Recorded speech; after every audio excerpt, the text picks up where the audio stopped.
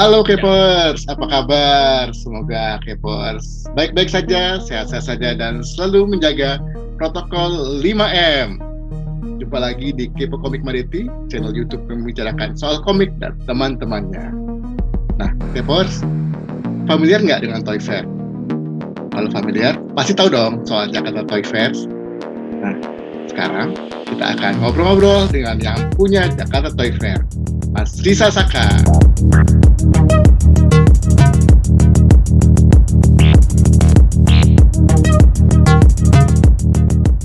Halo, Om Risa.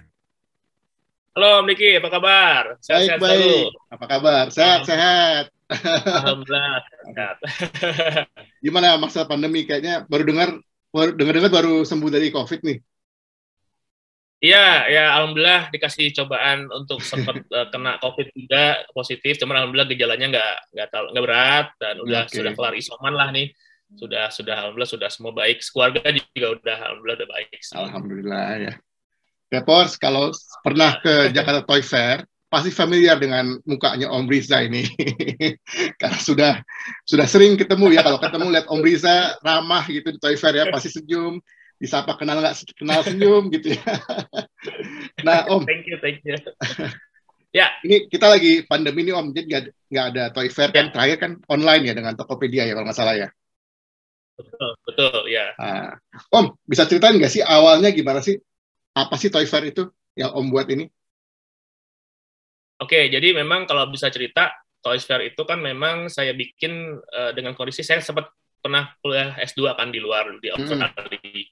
Gitu. Kemudian di sana saya tahun 2000 itu mulai koleksi lagi nih, karena kan di sana memang banyak banget toko-toko store untuk pop culture action figure segala macam ya. Jadi awalnya memang kolektor ya? Kemudian juga di sana juga awalnya memang kolektor, pasti dari kolektor dulu, suka dulu. Kemudian ngumpulin, akhirnya sempat datang ke beberapa event di Melbourne waktu itu, di Australia. Kemudian di situ juga sambil datang, kemudian juga sempat ngumpulin terus kemudian balik lagi, ini kok akhirnya kebanyakan terus saya jual lagi beberapa deh gitu. Akhirnya saya ngikut sebagai peserta, mendaftarkan diri, bayar booth, kemudian jadi peserta di Toy Fair yang ada di Melbourne waktu itu. Oh di Melbourne saya sempat 4 kali kalau nggak salah ikut jadi peserta sempat ya? Jadi peserta.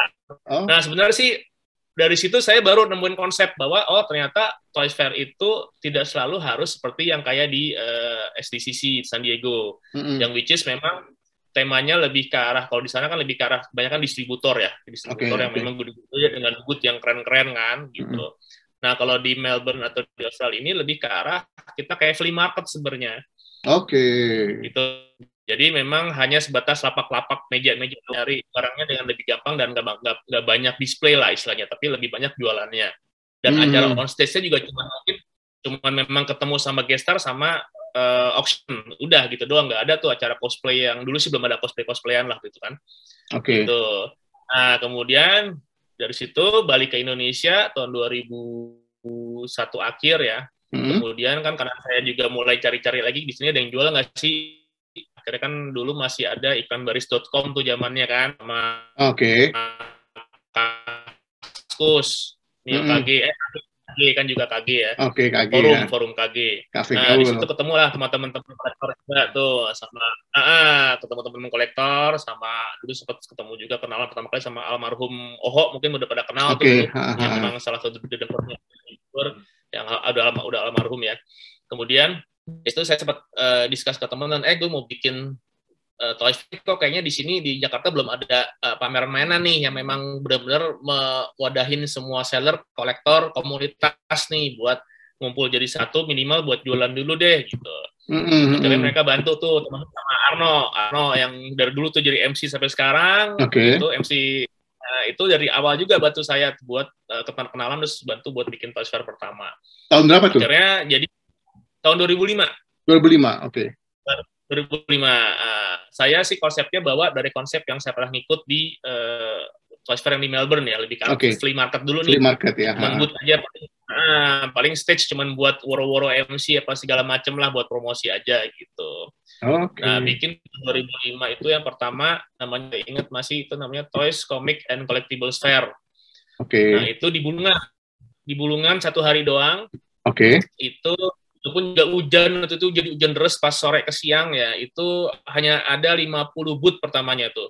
50 booth termasuk itu yang saya ingat ada booth-nya Mall, as a collector dulu belum ada Toys Corner ya. Mall, kemudian Multi juga ya, sempat tapi masih yang kecil-kecilan lah. Kemudian ada booth-nya Cipta, booth Desembervin udah ada tuh booth-nya. Terus ada beberapa booth yang juga jual komik, ada sekitar beberapa. Nah, dari situ kemudian ternyata pengunjungnya lumayan tuh, ada 1.550 orang kalau nggak salah satu hari. Oh, sehari itu ya? Hari itu. Tiketnya cuma 5.000 kalau nggak salah. Satu hari itu, sehari 5.000 dan itu lumayan. Nah, ternyata di situ antusiasmenya juga bagus dan banyak yang minta, bikin lagi dong next-nya, terutama para reseller, para teman-teman pehobi ya. Itu akhirnya jadi acara rutin deh. Yang kedua kita bikin di Koprasuna, yang ketiga kita bikin di Pasaraya, kalau kita sempat di Pasaraya di parkirannya kalau nggak salah. Sampai kemudian ya udah sampai tahun ke-16 kemarin ya di Balai Kartini yang udah langganan. Nah itu tiap tahun naik tuh pengunjung maupun pesertanya tuh naiknya lumayan. Jadi saya dari situ bisa evaluasi bahwa memang antusiasme dan industri toys untuk di Indonesia itu dan komik pun juga naiknya signifikan sih. Oke banget. Itu per tahun berapa ya pengunjungnya sekarang ya? Kalau boleh tahu. Kalau kemarin terakhir itu sampai sekitar 25.000 untuk 2 hari. 25.000 2 hari. Wah. 2 hari. Biasa. Itu mulai meningkat ya dari awalnya. Ya, dari 1.500 ya.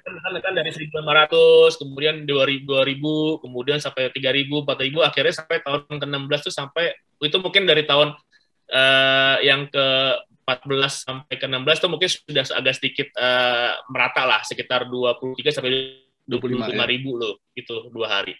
Mulai di Balai Kartini tahun keberapa tuh ya? Saya ingat itu sekitar udah 10 tahun sih di Balai Kartini. Saya lupa tahun berapa, tapi bisa dibilang mungkin sekitar tahun 2010 itu pertama kali. 2010 di situ ya? Iya. Gitu. Wow, 25.000, tiket 100.000, udah ketahuan dari tiket berapa itu. Tiket kita nggak pernah 100.000 loh. Berapa? Belum pernah ya? Nggak pernah 1.100 ya? Tiket kita paling mahal kalau nggak salah tuh 50.000 masih. Masih 50.000 ya? Ya oke lah. 50.000. Itu makanya yang saya bilang gini, saya memposisikan diri sebagai pengunjung ya.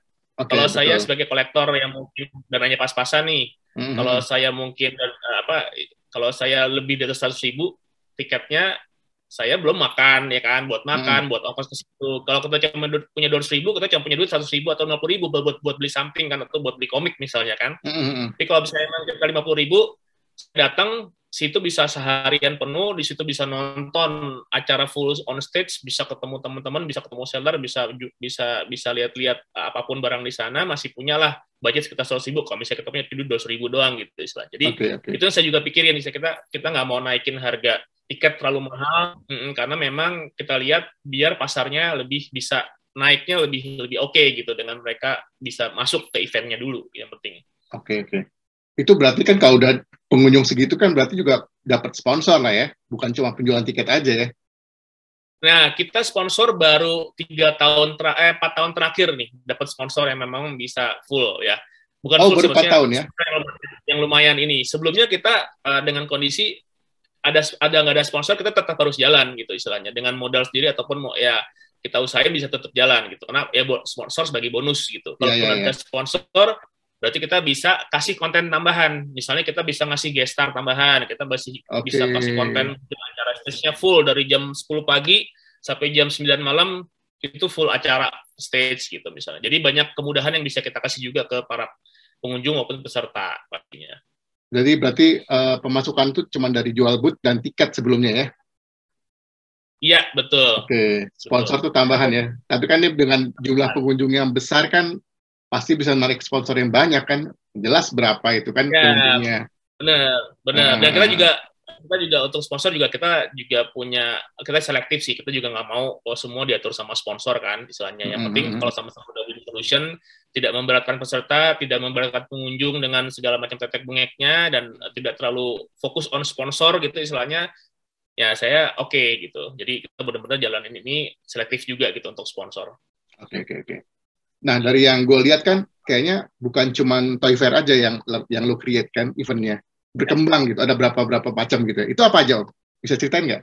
Oke. Ya, jadi kan awalnya kita bikin Toy Fair ya pastinya, untuk yang rutin annual, yang memang paling besarnya di awal tahun. Kemudian saya sempat bikin Battle of the Toys.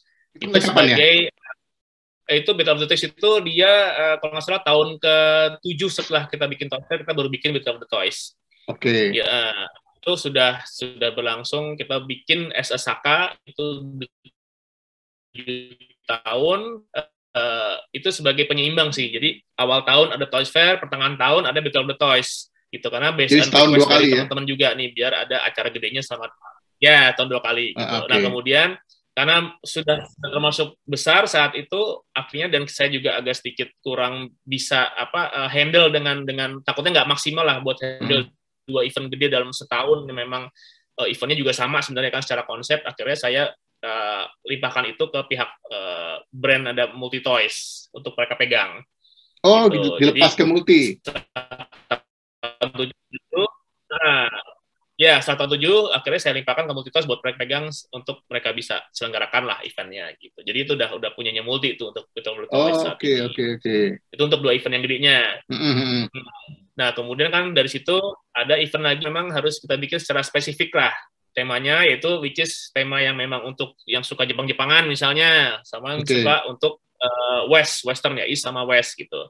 Nah, kalau yang suka lokal bisa kita gabung, yang lokalnya lebih condong ke West kita masukin ke West, event West, yang untuk yang condong ke Timur atau ke Jepangan kita masukin ke event yang Jepangan. Nah, event Jepangan kita ada beberapa. Kita yang pertama Anime Toku Convention, itu sudah kita lakuin sekitar 5 kali itu di Kuningan City, sama pernah juga di Bewok ya, itu termasuk acara Jepang-Jepangan yang cukup lumayan gede untuk saat ini. Kemudian juga ada acara yang based on mall ya, by mall request. Itu kemarin kita bikin Japan Geek Expo. Itu ada di Sentul City. Masih kondisi pandemi awal tuh. Oh, jadi udah mau by request by mall ya? Request by mall ya? Oke. Betul, kita bikin di situ, itu based by mall. Kemudian untuk yang West kita bikin acara Real American Heroes Convention. Itu bikin aja seperti 3 kali kita bikin. Itu memang temanya semua full West, jadi semua yang community pop culture berbau West seperti DC, Marvel, McFarlane, Transformers, G.I. Joe, itu masuk, Star Wars masuk ke sana semua. Itu yang kita bagi secara genre ya. Kemudian juga ada lagi spesifik, kita misalnya bikin Star Wars, acara Star Wars itu Star Wars Weekend atau Star Wars Day kita bikin juga. Kemudian ada beberapa juga yang temanya di mall itu seperti Toy Fanatic, itu sudah kita bikin juga 2 kali, pernah di PIM juga di Perkindah Mall waktu itu. Kemudian ada beberapa konsep event juga yang kita supporting ya. Jadi kita juga sempat supporting mengorganize acara AVA, Anime Festival Asia. Itu kita sempat 2 kali kita yang handle untuk yang awal-awal waktu yang di JCC ya. Kemudian juga sempat kita support acara Enkisai juga sempat, kemudian support untuk beberapa acara Indocomic-Con, Saka juga terus support juga sebagai supporter untuk community kolektor ya, sebut booth kolektor di situ. Dan dari Pop Culture Toys 2 tahun terakhir sempat kita lari ke pet, exotic pet. Apa exotic pet? Oh, pet. Jadi event untuk Exotic Pet Expo. Jadi yang emang kolektor di situ ketemu kolektor sama seller untuk misalnya yang suka iguana, suka ular, suka koleksi ular, suka koleksi yang berbau eksotik lah, itu ketemu tuh ya, kita istilahnya ini ada cabangnya lagi untuk tetap pop culture hobi tapi yang kolektor untuk eksotik pet. Luar biasa. Jadi ada berapa event yang lo pegang sekarang kalau per tahun sebelum pandemi? Setahun tuh ada berapa event yang lo pegang gitu? Tahun sih yang pasti kan yang Toys Fair ya.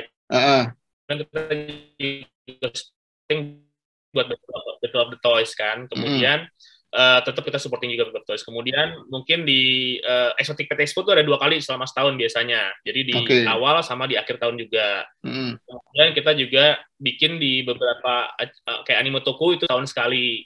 Kemudian kalau Rahkon biasanya kita bikin tergantung dari kondisi mall. Biasanya bisa setahun sekali, bisa 2 tahun sekali itu. Kemudian kita juga support Indo Comic Con. Jadi pertengahan tahun sampai akhir itu sebenarnya kita lebih banyak ke support ke Indo Comic Con, support ke Battle of the Toys gitu. At least ada 8 dong ya. 8 event paling nggak per tahun lo pegang ya. Yang rutin iya, tapi ada beberapa event juga yang sekali-sekali, misalnya kita bikin kayak U-Verse Festival itu kan untuk yang temanya Godzilla itu udah sempat 2 kali kan. Tapi itu kita nggak terlalu rutin kita bikin gitu. Tapi tetap konsepnya seperti flea market ya. Lo buka booth ya, silakan jual, seller sama ini ketemu gitu ya. Benar. Sebenarnya sempat juga kita mau bikin acara untuk desainer toys dan local industri untuk komik maupun sculptor ya, desainer toys atau komikus lah. Cuman itu belum kesampaian, keburu pandemi. Konsepnya udah kita bikin, udah kita listing siapa-siapa aja yang kita mau ikut sertakan, dan itu lebih ke exhibition. Marketplace-nya second sportnya ya gitu istilahnya. Exhibition untuk mereka lebih ke exhibition. Untuk karya-karya mereka. Cuman itu belum kejadian. Oke. Nah, terus ini kan semua dibuat di Jakarta. Pernah nggak dibuat di daerah-daerah, di daerah lain? Pernah. Jadi kita pernah bikin di Jogja. Itu kerjasama dengan Jitoku ya. Dengan Jitoku itu mereka pembuat kostum dan juga inilah pop culture ID untuk di sana di Jogja. Itu Jitoku namanya, nama eventnya Meet Java Toys Fair. Itu sempat kita bikin 2 tahun lalu itu di Jogja. Nah, itu sih yang sementara ini. Sempat kita habis itu kita mau bikin, tadinya mau ke Surabaya. Surabaya kemudian ke Bandung, cuman keburu ada pandemi, jadi semua planningnya ikut dulu. Tapi emang ada rencana buat ngembangin kota lain ya? Ada. Sudah planningnya udah jauh hari. Dan kita udah partneran sama pihak yang di Surabaya dan di kota-kota lain, karena kita nggak pengen kita yang ngadain tapi kita bawa semua boyangan dari Jakarta, nggak. Itu kita pengennya kerjasama sama pihak yang di kota yang kita tuju. Jadi mereka juga punya community. Mereka biar juga ngikut supporting juga, sama-sama kita partnership di situ. Ya, seperti kalau di Amerika ada Wizard Comic Con ya, mereka keliling kota tapi tetap Wizard Comic Con. Berarti ke depan bakal ada ya? Rencananya sih kita bakal tetap ngadain sih. Dengan kondisi kita lihat sikonnya dulu nih, makanya seperti apa yang diperbolehkan. Siap. Soalnya kayaknya di daerah-daerah pada ngiri kok di sini nggak ada kayak di Jakarta gitu. Comic-Con kapan mulai gitu. Nah, itu juga banyak sih yang kontak ke kita, kapan dong di daerah, di sini gitu. Oke, nah dari situ saya kontak ke masing-masing teman-teman yang di daerah, terutama yang kolektor toys atau yang pernah bikin event juga toys. Kontak buat yuk kita bikin, ayo kita planning. Udah kita planning ya, gimana karena ada pandemi sih jadinya agak di hold dulu nih, tapi kita tunggulah. Semoga bisa ada ini terang. Nah, ngomong-ngomong soal pandemi nih, kan sejak pandemi semua kita stop nih. Nah, bisa cerita nggak dari Toy Fair sendiri rencana pengembangan pas pandemi itu gimana setelah pandemi? Kan ini kita semua di hold nih, kita nggak tahu kedepannya gimana. Nah, pasti ada rencananya. Gimana rencananya, Om? Bisa ceritain nggak, Om? Rencana sih kita memang pastinya kalau untuk Toy Fair kita akan lihat sikon dulu ya, terutama untuk jadwal. Dari pemerintah izin nih bisa keluar untuk bikin event dan standar prosedurnya seperti apa, kita akan ikutin dengan baik pastinya. Protokol kesehatannya, segala macam. Nanti setelah memang schedule-nya kita bisa ketemu, kita sih planning mungkin tetap di tahun depan ya, 2022, moga-moga ya kalau nggak awal tahun, pertengahan atau mungkin akhir tahun kita bikin Toys Fair-nya.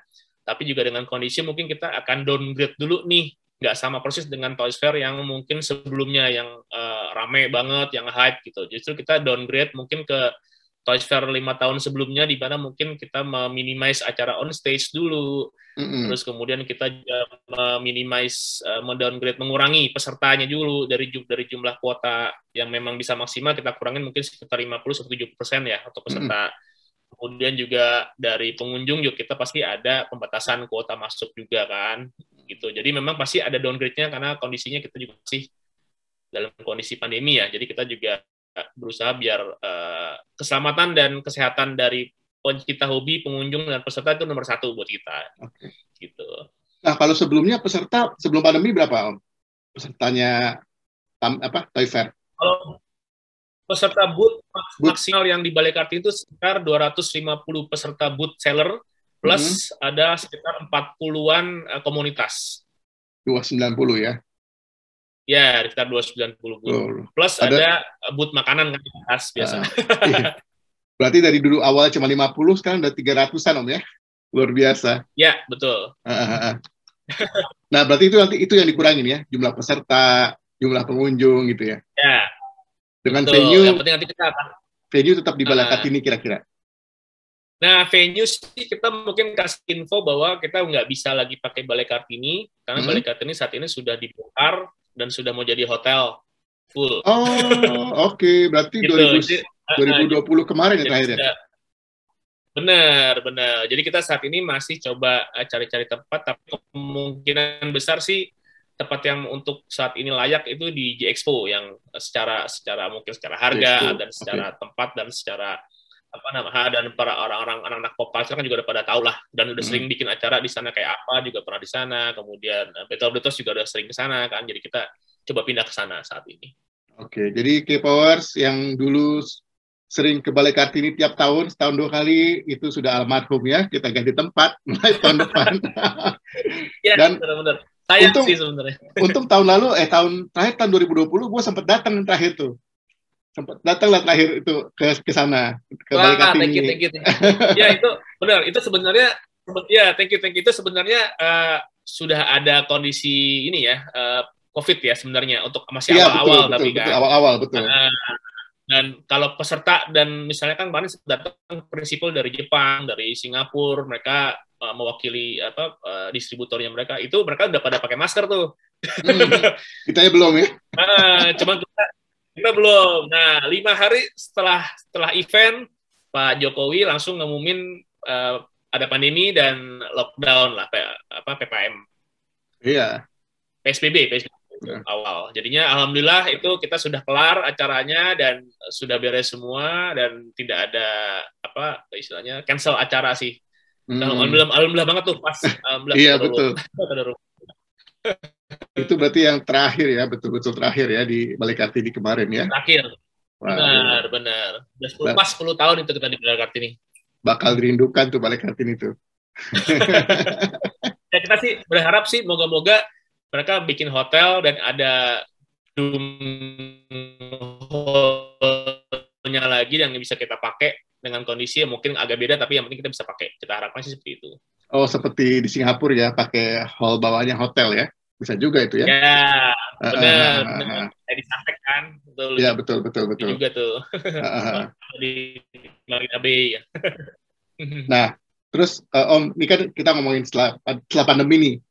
Tadi kan rencana keliling kota juga ada pengembangan lain nggak, setelah pandemi selesai, misalnya nih kita tetap pakai protokol gitu, ada rencana pengembangan acara nggak? Mungkin harinya ditambah atau mungkin venue tempatnya lebih besar atau apa gitu, yang lebih baru lah. Oke, mungkin saat ini sih karena kondisi pandemi kan orang balik ke semula dulu ya.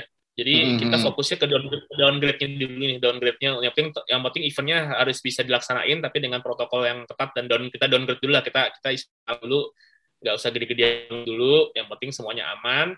Tapi juga di situ kita mengkondisikan ya next-nya kalau memang sebuah sudah lancar, kita harapkan bisa balik. Mungkin setahun ke depan udah bisa balik ke semula lagi Toys Fair kayak awal dengan kondisi acara on stage-nya bisa full. Kemudian kondisi peserta juga bisa banyak, pengunjungnya juga bisa lebih ramai lagi. Ya mungkin baru kita pikirkan lagi apakah butuh tempat yang lebih besar. Kemudian apakah nanti ke depannya mungkin ada gestarnya bisa balik ke yang lebih ngetop lagi atau apa, nanti coba kita tetap akan pikirin ke situ sih. Gitu. Tapi kita lihat dulu ke depan gimana ya mengatasi pandemi ini ya. Okay. Saat ini belum bisa planning terlalu jauh karena kita mikir yang penting bikin eventnya dulu aja dulu. Ya betul. Yang penting kita survive dulu Om ya. Ya benar. Survive dulu. Oke. Nah terus saya mau nanya nih, selama pengadaan TF Toy Fair ini ada halangan-halangan nggak Om? Kalau halangan sih pasti hambatan pasti ada lah, nggak mungkin semuanya lancar. Karena kan biasanya kan alhamdulillah sih kalau untuk dari segi jadwal kita yang biasa bikin event sudah saling ngerti dan sudah saling berkoordinasi bahwa lo bikin event tanggal berapa, bulan apa, oke berarti gue bulan segini deh, biar semua pada nggak bentrok ya. Jadi itu alhamdulillah sudah berkoordinasi dengan para IO event pop culture lain dengan baik, jadi kita juga biar saling support juga gitu. Mereka bikin event kita support, kita juga disupport gitu. Jadi alhamdulillah tidak ada persaingan lah di situ. Terus sudah ada kerjasama ya? Sudah kerjasama, terutama dari sisi jadwal dan dari sisi konten lah biasanya. Jadi kita bantu konten, mereka juga bantu konten juga kita gitu. Jadi itu udah alhamdulillah bisa jalan dengan baik gitu. Ya mungkin sih kalau hal-hal lain yang jadi hambatan mungkin biasanya sih ada aja lah, mungkin dari sisi pendanaan ya kan, misalnya dari sisi mungkin vendor, kemudian dari sisi buyer pun juga kan ada yang mungkin seller mungkin ada yang mungkin berhalangan tiba-tiba H-1 H-2 gitu. Ya itu sih pasti kalau semua event organizer pasti akan ada ya. Atau mungkin izin yang mungkin tadinya keluar terus tiba-tiba ditungguin belum keluar sampai H-1 baru keluar, kan juga bikin deg-degan juga kan, ada juga pernah gitu. Tapi pernah ada yang fatal nggak? Oh pernah. Kalau fatal pernah. Kita pernah dulu kejadian mungkin buat para IO juga mungkin sebagai pelajaran juga ya, jangan diulangin. Kita sempat kelupaan ngurus izin untuk satu guest star di waktu tapi itu Toys Fair tahun 2010 ke bawah lah. Oke. Sempat kelupaan bikin surat izin ekspatriat ya, impresariat namanya kan, untuk izin kerja ya. Bintang dari luar negeri gitu. Jadi pada saat kita memang nggak ngurus, kita kelupaan, kita mengurus udah telat kan, akhirnya kita go show aja lah, pokoknya kita jemput si guest star datang, kita jemput, kita langsung tampilin aja. Nah ternyata detect sama pihak imigrasi. Nah, karena kita ada promosi kan, ada promosi flyer, ada sosial media, ke detect lah ya kan, ke detect. Kita didatengin tuh hari terakhir sore itu, mereka cari ketua panitia, akhirnya ketemu saya, terus mereka bilang ini belum ada izin untuk, ya saya juga salah karena memang itu nggak ada ya, saya juga bilang oke, kita ngaku salah, gimana nih kita bisa cari solusinya. Akhirnya untungnya sih mereka juga sesuai dengan ini ya ininya mereka prosedur. Jadi ya pasportnya dulu ditarik dulu sama mereka, diambil. Nah jadi Toy Fair yang biasanya mungkin itu besoknya udah bisa istirahat dari capeknya 2 hari ngurusin Toy Fair, besoknya saya harus nemenin guest star di imigrasi selama 4 hari berturut-turut. Oh iya? Itu seharian tuh ya buat ngurusin mereka bisa cepat keluar pulang lah istilahnya. Itu cosplayer ya? Kenapa? Cosplayer, guest star dari luar negeri. Oke. Tapi akhirnya beres. Oke. Akhirnya beres tadi. Akhirnya beres, alhamdulillah. Gitu. Ya, kita kan kondisinya, yang penting kita cari solusi kan, kita udah ngaku salah, memang kita salah. Kita urusin, yang penting gimana caranya biar gestarnya pun juga nggak ditahan, gitu kan. Mereka nggak perlu ada tahanan di imigrasi, justru kita jaminan nama. Kalau bersama itu kita yang jadi jaminan gitu istilahnya, as pribadi kan. Jadi kita urusin tuh setiap hari selama 3 hari turut-turut full dari pagi sampai malam itu urusin di imigrasi, akhirnya bisa keluar sesuai schedule pesawat mereka, alhamdulillah. Oke, waduh, wow, itu ya ternyata ya datangin bintang tamu luar ya. Bener, ada aja sih sebenarnya itu bintang tamu luar itu kita cost yang paling gede ya buat datengin, dan memang karena banyak banget perintilan ridersnya, kemudian apa fasilitas di sininya kita mesti siapin, izin-izinnya dan lain-lain, itu yang paling memang bikin PR lah kalau menurut saya. Nah ngomongin cosplayer nih, jadi sebetulnya gue pribadi awalnya nggak suka cosplayer ya, ngapain sih pakai pakaian badut seperti ini, tapi gue datengin Toy Fair gitu ya, lucu juga ya, ada orang-orang pakai pakaian Star Wars, lama-lama gue suka gitu loh. Lama, oh ya, akhirnya salah satu tujuan gue ke Toy Fair tuh jadi cosplayer untuk foto bareng gitu. Nah, buat foto-foto ya. Nah, gue lihat di sini lo membuka kesempatan besar pada cosplayer untuk tampil. Kenapa tuh alasannya? Ya, pertama memang awalnya memang kita kan memang butuh gimmicks ya, gimmicks untuk pengunjung itu bisa datang, mereka bisa dapat tambahan hiburan, berfoto dengan karakter favorit mereka gitu yang memang mereka nggak bisa dapetin mungkin di mall atau di tempat lain, mereka nggak bisa cuma di event-event pop culture, mereka bisa dapetin buat foto bareng cosplay yang memang full replika kostum dan mereka benar-benar show off-nya pol-polan lah maksimal buat jadi karakter yang memang replikain kan, mereka cosplaykan gitu. Dan mereka juga saya lihat juga sebagai salah satu industri sih saya lihat. Karena industri cosplay itu sebenarnya cukup, malah udah bagus sekali untuk Indonesia. Kenapa? Para cosplayer yang tadinya mungkin cosplayer biasa, mereka akhirnya bisa upgrade diri mereka, yang tadinya cuma sebagai cosplayer, mereka bisa bikin kostum akhirnya. Dari bikin kostum, mereka akhirnya bisa malah jual kostum keluar, bikin kostum keluar, dan malah mereka juga sering diundang si cosplayer ini jadi judge sebagai acara cosplay di luar, jadi peserta di luar, mereka jadi banyak yang jadi pemainnya juga. Itu udah sampai ke Eropa, ke Amerika Latin, ke Asia, Jepang, Filipina, itu mereka udah banyak yang jadi guest judge dan juga sebagai juara kompetisi cosplay di sana. Dan Indonesia udah dibilang untuk dari sisi cosplay itu sudah dipandang benar-benar negara yang memang top untuk cosplaynya gitu. Dan termasuk industrinya gitu. Dan dari situlah saya juga ngembangin agar mereka bisa tetap eksis di event-event yang kita bikin, karena kan kalau mereka nggak ada event, mereka nggak bisa perform, nggak bisa eksis kan, gitu, nggak bisa tampil gitu.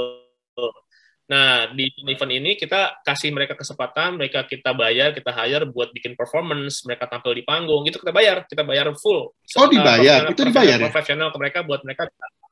Dibayar, karena saya juga nggak mau mereka cuma tampil, terus mereka juga nggak punya pegangan misalnya buat modal bikin kostum ya kan, buat transport, buat apa. Kita bayar mereka profesional buat mereka tampil dan mereka senang, jadi mereka bisa tampil, mereka dibayar, mereka bisa upgrade nantinya gitu, dan mereka bisa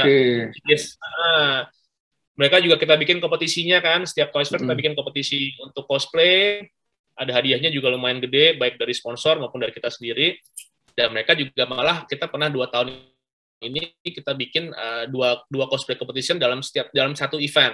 Satu untuk yang lokal, kita kasih hadiahnya juga lumayan biar cash money-nya. Yang kedua, mereka juga bisa ikut kejuaraan di Korea kemarin. Ikut juga mereka gratis untuk ke Korea untuk tampil di sana gitu. Lu yang sponsorin? Jadi bisa dibilang kita kerjasama dengan pihak Koreanya. Jadi yang menang di event Toys Fair itu mereka bisa tampil juga di Korea. Bagus banget tuh, dapat fasilitas di sana, kemudian bisa tampil di sana gitu. Jadi bisa dibilang ya industri cosplay udah nggak bisa dipandang sebelah mata saat ini. Jadi udah banyak juga cosplayer untuk yang profesional udah banyak sekarang ini, cosplayer maupun costume maker. Nah, wah berarti para cosplayer tuh harus berterima kasih pada Bapak Riza Saka ini karena sudah mempromosikan cosplayer dari dengan Toys Fair-nya ya. Ya benar-benar efeknya tuh jauh gitu. Gue pikir lu cuma ngasih tempat buat cosplayer silakan tampil atau semua dibayar atau enggak? Cosplayer datang semua dibayar atau yang lu pilih aja? Yang tampil untuk di stage, yang tampil di stage. Nah, kemudian yang memang ada cosplayer yang memang mereka harus keliling, yang kita hire itu ada, yang mereka nggak tampil, tapi mereka keliling untuk meramaikan area ada gitu. Tapi kalau buat pengunjung, nah beda lagi. Pengunjung yang datang masuk dari kita. Oh gitu? Ya. Yang penting mereka pakai kostumnya benar-benar memang kostum sesuai dengan karakter yang memang ada atau yang original. Jadi kalau cuma misalnya gue mau cosplay jadi Clark Kent cuma pakai jas doang, ya itu kita nggak bisa masuk karena itu anggap normal biasa lah gitu kan misalnya. Tapi kalau pakainya khusus, lu kasih masuk gratis ya? Gratis. Jadi memang ada peraturannya setelah jam 12 siang semua cosplayer yang berpakaian kostum itu gratis masuk. Luar biasa. Jadi mereka juga senang tuh buat datang, buat mereka juga show off, mereka juga bisa gathering ke teman-teman sama cosplayer di situ. Lu pernah ini nggak buat studi nggak sebelum lu undang cosplayer dan sesudah efek ke pengunjung gimana? Pernah studi nggak pengaruh cosplayer terhadap pengunjung TF? Kalau kita evaluate sih gini, kalau pada saat memang ada event seperti itu, pengunjung sangat pengen ada cosplayer gitu. Cosplayer memang yang terutama yang cosplay benar-benar yang wah, yang memang bajunya keren banget, gak yang asal-asalan ya. Itu mereka senang banget dan mereka itu sebagai hiburan gimmicks lah buat mereka masuk ke Toys Fair sebagai ajang pop culture gitu kan. Ya, cuman pada saat memang di mana cosplayer sudah banyak sekali, nah kadang-kadang mungkin yang yang kalau saya lihat yang mungkin agak merasa terganggu tuh biasanya si seller maupun beberapa pengunjung yang memang mereka tujuan utamanya mau hunting mainan. Gitu. Kalau seller biasanya mereka tiba-tiba ada cosplayer yang memang nongkrong di depan booth-nya bikin rame, tapi jadinya yang mau beli di booth-nya si seller terganggu, nggak bisa jualan gitu. Jadi itu, nah tapi kita berusaha menengahi dan kita berusaha mengkondisikan biar semuanya bisa nggak terganggu lah gitu. Jadi kita ada tim panitia atau security yang memang mengkondisikan buat para cosplayer yang memang keliling atau dari pengunjung yang keliling, mereka kita kasih spot tertutup, titik tertutup, foto bareng bisa di sini atau di sini atau di sini gitu. Jadi nggak mengganggu good seller-seller gitu. Itu mulai kapan tuh lu membuka buat cosplayer tuh? Ingat gak? Toys Fair keberapa tuh? Udah lama. Sudah lama. Sudah mungkin Toys Fair ke-3 atau ke-4 kok. Udah mulai ya? Udah mulai. Karena kita anggap cosplay itu sebagai penunjang event gitu. Karena kan kita juga pengennya, kita juga nggak mungkin lah bisa bayar sebanyak banget full cosplay buat datang semua full kostum, tapi buat yang kostum yang luar yang memang bisa datang kita nggak perlu bayar tapi mereka gratis masuk kan itu sebagai hiburan juga buat kita kan, sebagai data juga punya gitu. Nah, terus ngomong lagi cosplayer, mulai kapan lu berpikiran untuk mengundang cosplayer dari luar negeri? Mulai event keberapa tuh? Itu pada tahun saya lupa tuh, kalau nggak salah Toys Fair yang ke-5 atau ke-6 gitu kalau nggak salah. Itu ingat saya pertama kali ngundangnya itu Vampi, Linda Lee ya. Oke, Vampi. Gue datang tuh. Vampi itu. Datang ya. Itu pertama kali kita ngundang. Dia ya. Itu dia dengan kondisi gini. Pertimbangannya kalau kita ngundang artis film, musik atau film lah yang memang yang ngetop pasti budgetnya lebih mahal, ya kan? Tetapi kalau cosplayer luar, walaupun yang udah ngetop pun mereka kadang-kadang punya kondisi mereka nggak perlu dibayar full atau mereka yang penting difasilitasin, mereka bisa ke event, mereka bisa jalan-jalan ke Indonesia, ke Asia Tenggara sekalian, mereka diwadahin, difasilitasin, mereka dikasih tempat akomodasi, maka mereka udah seneng gitu, karena mereka punya feel bahwa prinsipnya mereka memang mau jalan-jalan dan mereka mau seneng dengan kondisi cosplaynya bisa tampil di orang yang belum pernah mereka lihat gitu. Jadi karena mereka punya penggemar ya di Asia dan mereka pengennya kan ketemu penggemarnya juga. Nah itu salah satunya dari situ gitu. Memang ada yang memang maunya dibayar ada, tapi juga ada yang memang maunya mereka apa istilahnya, penting gue diundang aja nggak, gue seneng, gue difasilitasin, gue udah seneng gitu, udah oke. Itu ada beberapa. Diundang, dikasih hotel gitu ya, dibayarin tiket gitu ya. Ya kita bayar tiket, kita fasilitasin tradersnya mereka mau apa gitu, kemudian kita ajak mereka juga jalan-jalan loh kadang-kadang. Sebelum dan setelah event kita ajak mereka jalan-jalan untuk kuliner di Jakarta, kita kenalin mereka juga, mereka bisa foto-foto, mereka live Instagram juga. Jadi Indonesia pun juga jadi terkenal juga dari sisi followersnya mereka. Kita tahu, oh Indonesia tuh di sini, Jakarta tuh ternyata ada event pop culture ini gitu. Jadi itu juga saling timbal balik, saling support jadinya, saling ada keterkaitan ya, mutual simbiosis lah istilahnya. Efeknya dengan mengundang cosplayer luar kepada pengunjung, nambah pengunjung nggak tuh? Oh iya, pastinya. Nambahnya lumayan sekitar 30% ada sih. Karena itu lumayan dong ya. Lumayan ya. Pengaruh banget. Karena mereka awal-awal apalagi kan mereka jarang lihat ada cosplay luar tampil kan yang udah ngetop sebenarnya kan, kayak Vampi kan udah lumayan ngetop juga awal-awal dulu. Kita juga pernah ngundang Alodia kita pernah undang, kita pernah ngundang beberapa yang pasti kita pernah ngundang tuh dari Hongaria si Angie Knight, kemudian dari Polandia juga ada pernah, dari Australia juga pernah, dari Amerika juga pernah, kemudian dari Filipina tadi si Alodia gitu. Itu ada beberapa yang Berarti itu rutin sejak kelima ya, ngundang cosplayer tiap tahun. Rutin ya. Betul. Kalau boleh tahu budgetnya berapa sih sekali undang itu? Kalau untuk sekali ngundang sih, kalau untuk base tarif dari masing-masing guest-nya beda-beda ya. Pertama, malah ada yang gratis juga ada gitu kan. Cuman kalau kita patokannya sih mungkin yang paling cost yang paling ketahuan itu izin impresariat untuk si guest star bisa masuk ke Indo itu per satu orang itu 15 juta. 10 sampai 15 juta. Izinnya doang. Izinnya aja. Dia bisa 30 hari lah punya izin itu. Itu segitu buat 30 hari gitu ya. 30 hari mereka di Indonesia gitu. Jadi sebenarnya kayak visa tapi dia izinnya izin impresariat gitu. Jadi visa kerja, keluarnya visa kerja jadinya. Jadi mereka bisa buat tampil di sini aman, nggak ada takut imigrasi lah istilahnya, udah aman. Kemudian mereka bisa tampil. Nah, cuman kondisinya kalau memang kita ngundangnya mungkin dia dan bawa manajernya dan bawa siapanya, ya semuanya mesti kita kenain juga kali 3 berarti atau kali 2. Yang lain juga kena, yang lain juga dikenain pajak itu. Nah, harusnya kalau memang mereka akan naik stage juga naik panggung, misalnya manajernya kena juga harusnya. Kalau nggak naik panggung nggak? Sebenarnya itu gray area sih. Kalau memang kita anggap mereka nggak naik panggung, nggak kita promosi ini, kita nggak usah urusin izinnya karena biasanya kita pakai visa pengunjung, visa liburan aja sih. Oke. Jadi ini off the record-nya sih bukannya nganjurin, tapi kalau memang dia di sini nggak emang tujuannya cuma sebagai pendamping dan nggak kerja, ya sebenarnya kan bisa dianggap dia liburan gitu kan. Bisa. Cuma kalau memang dia bawa manajer yang sebagai pekerja atau dia bawa asisten yang memang kerja, ya kita harapkan sih itu juga harus izin impresiasi tetap harus diurus. Rata-rata budgetnya berapa tuh? Sampai 100 nggak? Sekali ngundang itu? Kalau sih nggak nyampe. Paling sekitar kita butuh budget buat fasilitasi dia akomodasi selama 5 hari di sini, 5 malam, kemudian makan, kita ngajak jalan-jalan kemana, mungkin kasih souvenir kan, kemudian perintilannya, rendersnya mereka mungkin sih sekitar 50-60 juta lah. 60 lah ya, udah beres semua ya. Satu bintang tamu ya tapi. Satu bintang tamu ya. Emang pernah ngundang 2? Sekali satu event pernah? Pernah ngundang 2. Kita pernah ngundang 2 yang dari Kanada itu. Yang dari Kanada sama si Angie kan bareng sama dari Jerman. Si Angie kan dari Hongaria, gabung sama temen dari Jerman. Kita urusin juga 2 izinnya itu. Jadi cuma kebetulan mereka nggak mau dibayar. Mereka senang datang ke Indonesia undang.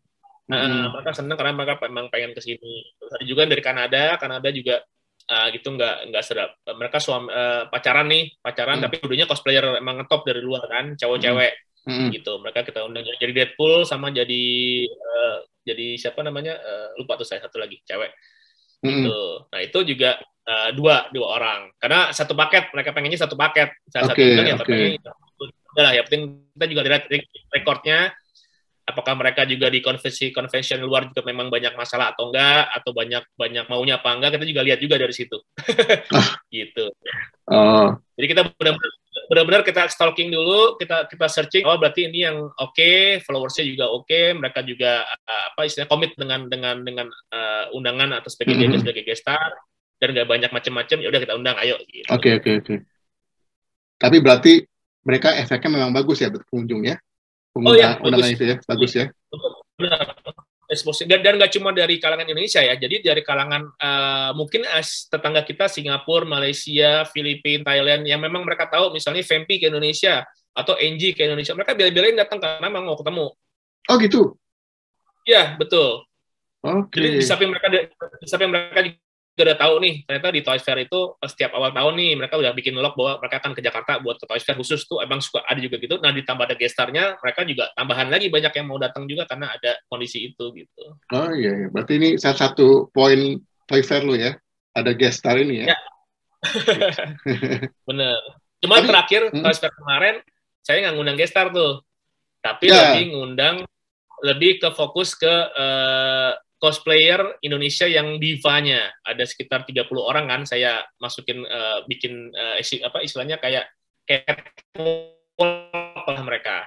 Jadi kita khusus buat Toys Fair kemarin itu kita memang spesial semua diva cosplay Indonesia yang cewek pastikan itu bisa buat tampil buat mereka cosplay, tapi mereka nggak compete, tapi mereka bisa exhibition dan bisa show off di catwalk-nya lah istilahnya.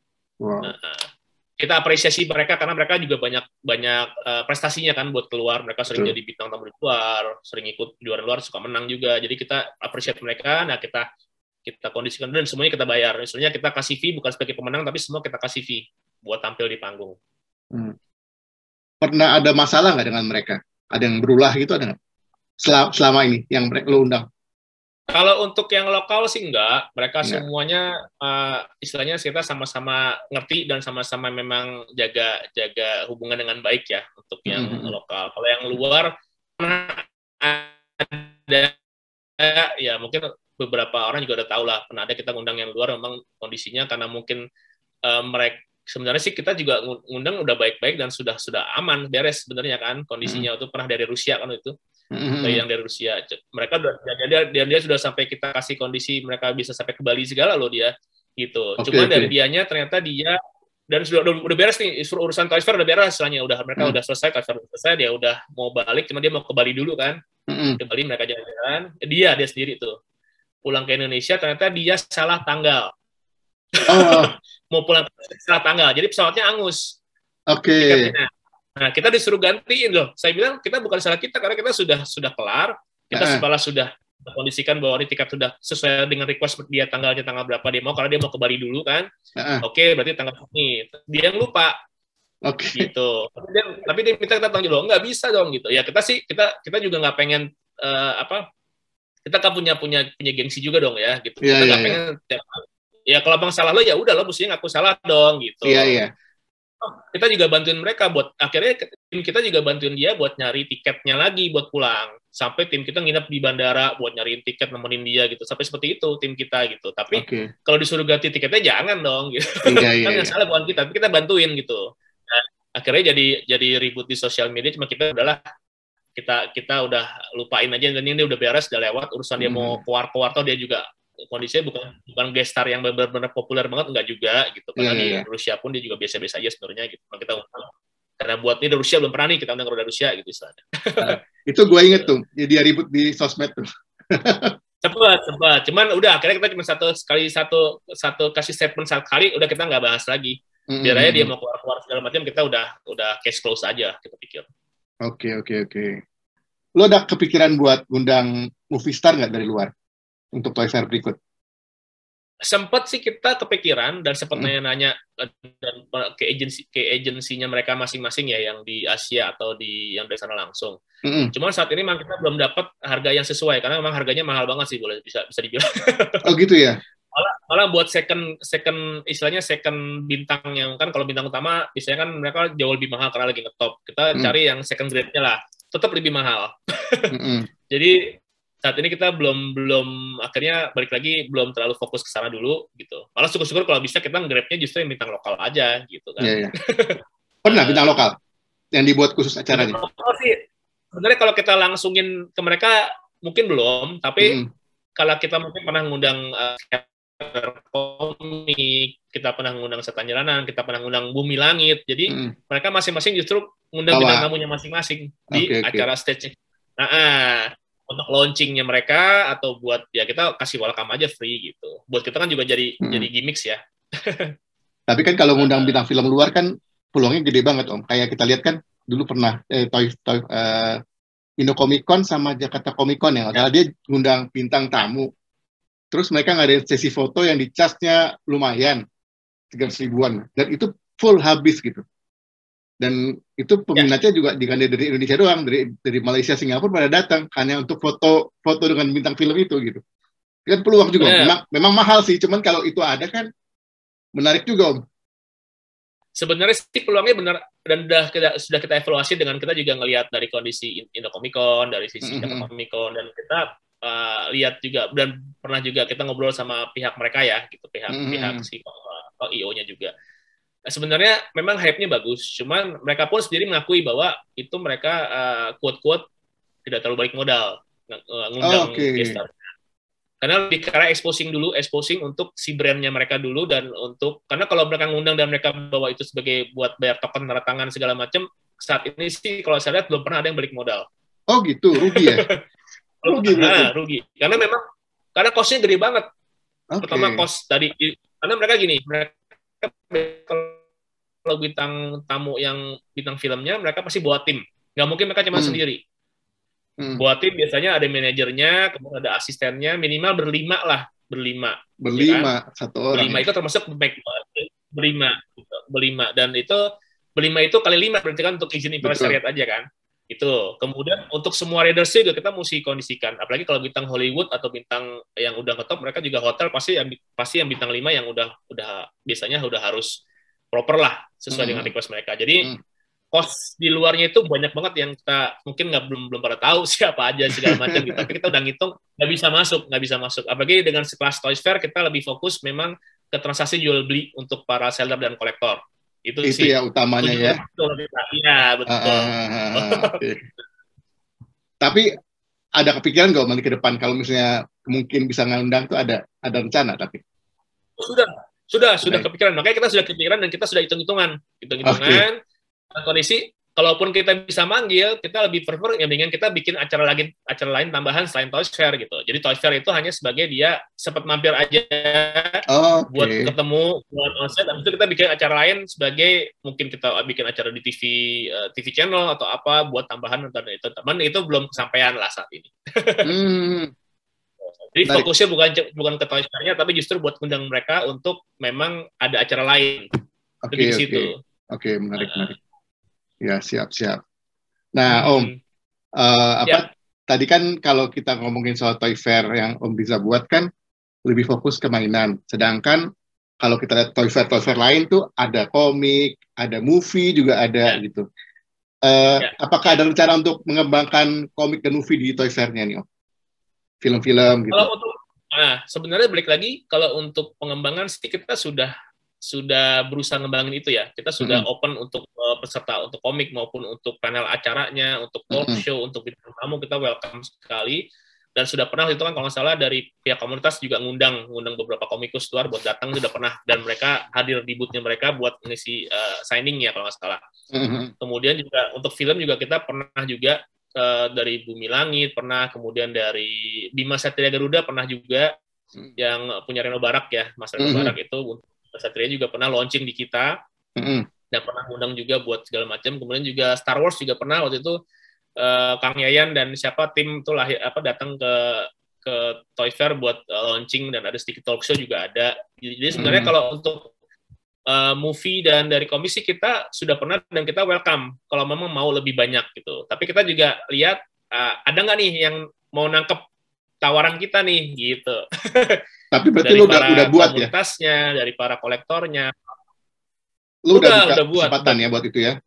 Udah open, karena kita masukin items di Toys Fair itu ada beberapa items yang memang fokus kita masukin, terutama toys, komik, Lego, kemudian ada model kit, ya kan, ada Gundam, ada apa namanya, macam-macam. Sampai malah memorabilia musik pun juga ada, merchandise musik juga itu kita masukin sebagai barang yang bisa dijual di Toys Fair gitu istilahnya. Jadi kita sudah buka kesempatan itu sih, tinggal kita siapa nih yang mau nangkep untuk si komik, bagian komik, atau untuk si movie. Jadi kita welcome mau launching movie di Toys Fair, udah yang pernah juga udah ada, cuman welcome kalau ada yang mau lain lagi silakan. Yang penting temanya sesuai dengan tema Toys Fair gitu istilahnya. Jadi udah di open ya, kalau ada yang mau tinggal nge-grab aja ya kesempatan itu ya. Udah dari sejak lama sudah kita open, memang itu kita open buat ke semua sih sebenarnya gitu. Tapi memang kita nggak bisa pungkirin memang pasar yang paling banyak untuk Toys Fair di Toys Fair itu 70% itu memang toys. Betul. Itu udah nggak bisa, secara evaluasi kita nggak bisa pungkirin, memang itu paling tinggi sih sebenarnya. Iya, tadi kayak Om Riza cerita sebelum kita taping ini kan, cerita tadi Indonesia pasar kedua terbesar di Asia, Om ya? Iya, betul. Jadi Indonesia itu bisa dibilang setelah kita evaluasi dan kita lihat juga beberapa research dari luar, saya lihat memang Indonesia itu untuk pasar pop culture itu nomor 2 setelah China di Asia. Nomor 2 sebagai konsumen.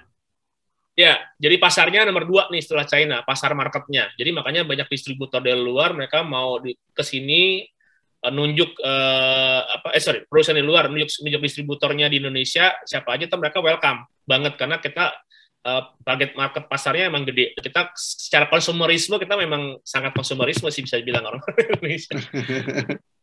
Iya. Terus cuma tujuannya kan gimana caranya pada saat mereka istilahnya datang ke sini yang barangnya, nah lokalnya bisa ikut naik nih, ya kan, inspirasi dari yang luar, lokalnya bisa naik, bisa ikut ngelihat, oh ternyata yang luar tuh kayak gini, akhirnya yang lokal industrinya juga bisa naik. Jadi jawabannya seperti itu tujuannya. Oke. Jadi pasar kita besar juga ya, berarti yang beli mainan di Indonesia gede banget ya? Wah, banyak banget. Banyak ya? Bisa dibilang limited edition barang-barang maupun komik ataupun toys itu mungkin ya hampir 30% mungkin atau 20% tuh masuknya ke orang Indonesia yang beli. Iya. Itu para bapak-bapak yang beli barang tapi nggak bilang ke istri ya. Iya. Belum SNI. Oh ini hadiah kok, nggak mahal kok hadiah. Oh ini bonus kok, nggak beli apa-apa kok. Jadi bukan anak-anak, kantor, ya? Jadi bukan anak-anak kantor, ya, kirim ke kantor ya. Betul. Bukan anak-anak yang beli ya, tapi bapak-bapaknya ya. Bapak, benar. Alasan aja itu semua ya. Nah, yang lucu kan memang Toys Fair ini kan sebenarnya bisa bilang toys ya, tapi buat anak-anak, sebenarnya kan buat anak-anak. Cuman kalau secara kita lihat dari hitungannya, pengunjung anak-anak cuma 10%, Mas. 10%? Ya, itu udah benar-benar pelajar dan pengusaha atau eksekutif muda biasanya. Udah, itu yang paling banyak. Benar-benar ya bapak-bapak ini ya. Ya, karena kalau kita lihat harga Hot Toys sekarang kan harganya udah di 4 jutaan gitu kan. Ya kalau anak-anak beneran kan juga, orang tua juga mau beli anak-anak biaya 4 juta juga males kan. Tapi kalau orang tua sendiri yang beli kan pasti disikat gitu. Betul banget tuh. Pasarnya beda soalnya. Pasarnya beda. Nah, gue mau nanya nih Om, kan masalah barang ori dan barang KW. Di tempat lu ketika Toy Fair, apakah lu mempertimbangkan penjualan ori dan KW?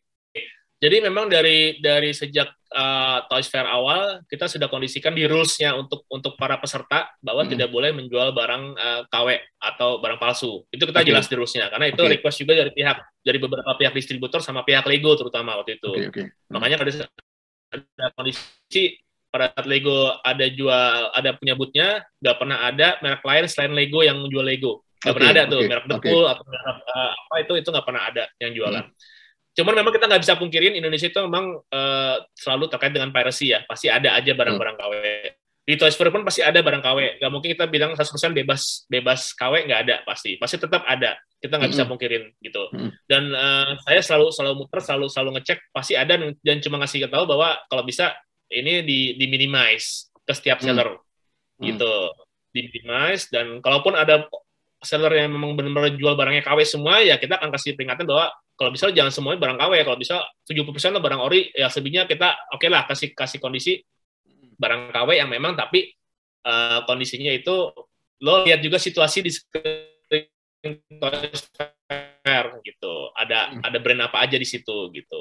Karena kita menghormati si distributor yang masuk capek, mereka masukin barang asli dan mereka ada risikonya, jangan sampai nanti lo kena gap, lo yang tanggung jawab sendiri, bukan kita lo. Karena kita sudah ada punya rules bahwa nggak boleh jual barang KW, tiba-tiba lo jual barang KW dan tetap kita nggak tanggung jawab. Gitu, berarti udah di depannya udah diomongin soal rules ini ya? Sudah. Karena kita juga harapannya kan juga kita pengennya kan menghargai ya, walaupun itu barang asli. Karena kita juga kan berusaha naikin industri toys lokal nih. Nah, mau nggak nih toys lokalnya di KW-in juga nggak mau kan? Betul. Nah, kita berusaha jaga itu juga karena itu juga akan ngaruh ke expose keluarnya. Karena kan untuk Toy Fair sendiri alhamdulillah sudah jadi acuan untuk orang yang memang suka toys itu mau datang ke event Indonesia, itu sudah ada acuannya di awal tahun di Toys Fair. Mereka sudah punya agenda itu ya. Jadi mereka sudah nyatet itu, jangan sampai nanti itu jadi buruk karena ada banyak barang KW juga kan gitu. Walaupun kita nggak bisa pungkirin bahwa pasti ada. Malah event di luar di Australia pun, di Singapura, pasti ada, di Jepang, ya? Ada barang KW. Di event-event gitu ada barang KW. Iya. Yang penting lu udah buat rules-nya, udah buat peraturannya, risiko lu nggak tanggung gitu ya. Oke. Benar. Nah, selama Toy Fair nih Om, selain masalah cosplayer tadi, ada nggak kejadian-kejadian yang menarik Om? Yang baik dan buruk, ada nggak? Ada yang pernah berantem antar seller kah? Atau apalah gitu? Atau pencuri terlalu banyak? Oh ya, banyak pencuri ya kalau ada. Ini ada yang menarik ya? Pernah. Banyak sih. Jadi selama 16 tahun penyelenggaraan ya pasti ada lah kejadian-kejadian yang emang unik, yang memang kejadian yang emang jelek, yang bagus juga ada. Memang yang paling krusial sebenarnya kita fokuskan di pencurian sih biasanya kan, kemalingan untuk peserta atau apa. Pernah soalnya kan kita juga ada beberapa saat timing di mana ada 2-3 kali Toys Fair itu pencuriannya banyak banget. Pernah ada sampai 10-15 item. Alhamdulillah sih pernah ada beberapa yang kita tangkap juga. Dan kita lucunya itu mereka kolektor juga sebenarnya gitu. Mereka kadang-kadang ada yang cuma iseng doang, mereka nyuri, kalau nggak kegap ya udah, terus balik lagi nyuri lagi yang lain gitu. Mereka dia punya duit padahal gitu dari kalangan yang berada. Ada, kita pernah tangkap beberapa dan kita kasih tahu, kita juga nggak ngasih ampun juga. Pokoknya kita kalau udah tangkap, kita serahin ke sellernya maunya gimana, nyerahin ke kita atau mau emang mereka mesti bayar gitu. Kalau mereka nyerahin ke kita akan bilang langsung ke orang tuanya. Kita nggak pandang bulu gitu. Lo kalau nggak ke polisi, ke orang tua dulu. Kalau mereka nggak polisi, kalau yang penting orang tua mesti tahu gitu istilahnya. Banyak kan emang masih muda-muda sih. Kalau yang udah tua-tua jarang biasanya. Dan biasanya ada tuh yang sempat Toys Fair keberapa tuh ada yang komplotan tuh ada. Jadi tiba-tiba kehilangannya dia serempak. Tiba-tiba kehilangan serempak. Komplotan? Gitu. Jadi ya ada. Wow. Emang niat ya? Mereka beberapa booth itu kehilangannya serempak dalam satu jangka waktu yang sama, siang hari, gitu. Akhirnya kita ketangkep 2 orang, akhirnya dia ngaku, dia akhirnya ketangkep lagi, akhirnya kita proses, kita langsung proses itu ke polisi. Terus ada juga memang yang balik lagi biasanya lalai, kehilangannya bukan kecurian tapi lalai, baik peserta maupun pengunjung. Biasanya mereka lagi milih-milih barang nih, bawa handphonenya taruh di mana, truk, mereka jalan, mereka lupa handphonenya taruh di mana, gitu. Terus peserta juga kadang-kadang ada yang lupa dia naro tas atau dompetnya di mana atau handphonenya pada saat dia lagi melayani customer, kelupaan juga ya keambil lah sama yang iseng kan gitu, diambil gitu. Atau pernah juga ada yang jatuh pas kita clear area tiba-tiba ada yang nemuin dompet jatuh, ada juga. Jadi sebenarnya nggak full semuanya kemalingan sih, tapi juga ada kelalaian juga dari si yang kehilangan. Iya.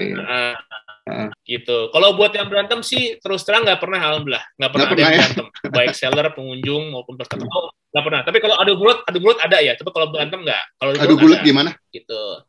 Adu mulut? Enggak, kalau adu mulut ada. Oh gitu. Sering lah, itu ada lah. Cuma kalau sampai berantem nggak ada sih. Gara-gara apa tuh adu mulut Om? Sampai adu mulut?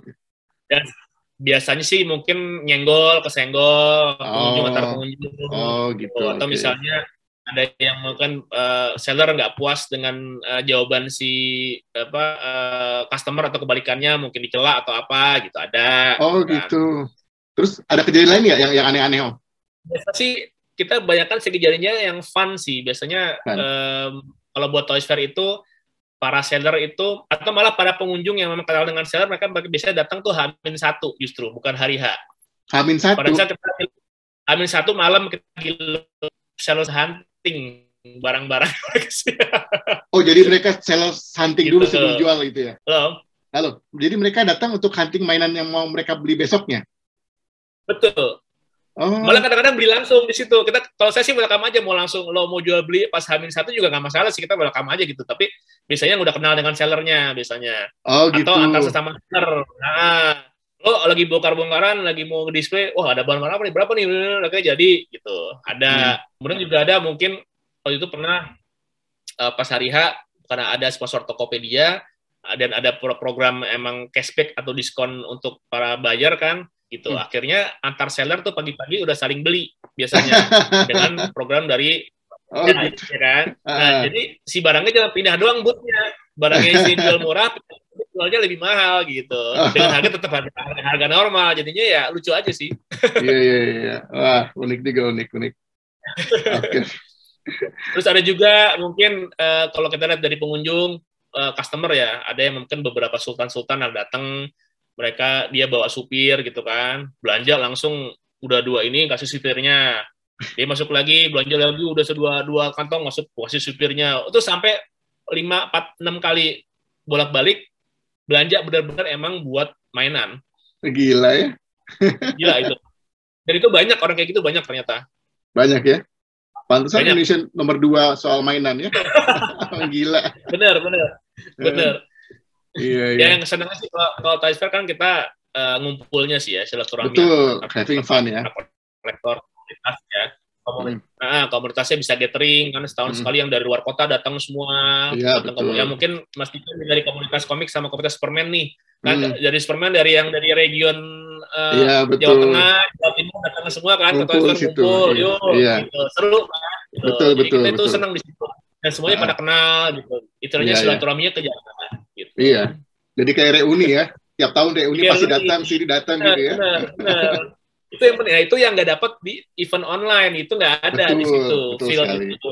Iya. Kadang nongkrong lama cuma ngobrol doang sampai malam gitu ya, baru pulang. Nah, benar. Lo hunting apa? Gua hunting ini, buka bareng, unboxing kan, bareng-bareng ngumpul, foto ya. Gitu. Iya. Wah, fun banget nih. Soal jadi kangen nih Toys Fair. Kapan ada lagi? Ya, semoga cepat berlalu nih pandemi biar kita bisa ngumpul lagi, Om ya. Amin. Betul. Wah, insya Allah. Nah, amin lah. Oke, Om. Tadi dari tadi ngomongin Toy Fair nih, Om. Nah, terus gue lihat kaos lo tuh, Truth of Doom. Itu kayaknya IP lo ya? IP lo ya? Alhamdulillah. Ceritain, Om, gimana lo buat IP? Kenapa lo buat IP, Om? Oke, sebenarnya ini IP ini sebenarnya gue udah pengen bikinnya udah dari lama, cuman karena kondisi sibuk dengan event segala macam, emang aja gitu. Nah, pas kebetulan pandemi, setelah Toy Fair ada pandemi, ini kebetulan saya bikin langsung jor-joran karena pandemi nggak bisa ngapa-ngapain, akhirnya di rumah idenya kita kembangin gitu. Ini awalnya dari bulan Juli 2020 malah, baru aja ini, baru setahun. Memang intinya sih, karena saya sebagai penggemar toys, memang ini lebih IP-nya ke arah toys-nya dulu, universe-nya ke toys dulu.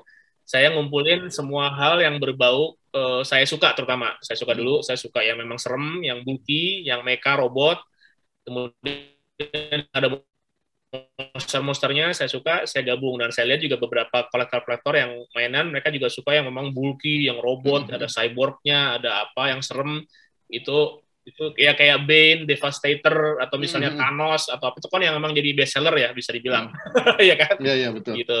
Jadi, ambil dari situ konsepnya, nah kita bikin langsung, fokusnya mau bikin toys-nya dulu, tapi bikin karakternya dulu. Bukan bikin komik, karena saya bukan komikus nih, terus terang. Gitu. Jadi, saya bikin karakter dulu, tapi langsung, nggak cuma satu, saya langsung bikin 30 karakter. 30 karakter itu, 30 karakter. 15 hero, 15 villain yang jahat. Langsung saya bikin dengan background story-nya masing-masing, dan saya bikin background story yang short dulu, karena tujuannya buat bikin action figure-nya dulu, toys-nya dulu.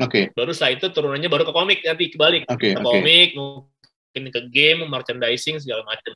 Karena saya juga lagi nyari yang bisa kerjasama buat bikin komiknya, dan bisa bikin synopsis story-nya dengan bagus, karena saya juga kan nggak ngerti terlalu bisa bikin kayak gitulah. Yang gambar pun juga bukan saya cuma ngasih ide, karakternya saya pengennya kayak gini, namanya ini kondisi contoh-contoh referensi dari ini. Akhirnya si kreatornya, kebetulan orang Bandung, Mas Patra, itu yang bikin, dan dia sesuai dengan apa yang saya pengen, akhirnya klop, ya udah, dia yang bikin full semua 30 karakter sesuai dengan referensi dari saya. Gitu. Namanya Troops of Doom, karena ini saya pengen emang ini agak sedikit fantasi cyborg mecha species, yang temanya memang campur dengan musik metal lah, karena saya suka musik metal. Jadinya masuk ke situ, dan ada sedikit gore-nya dikit lah, yang ada darah-darah muncrat-muncrat kayak Gears of War, temanya Gears of War juga. Jadinya ya itu kita compile jadi satu IP, namanya Troops of Doom. Itu berarti kalau yang gue tangkap kayak perang-perang mecha gitu ya? Perang antar mecha. Mecha spesies.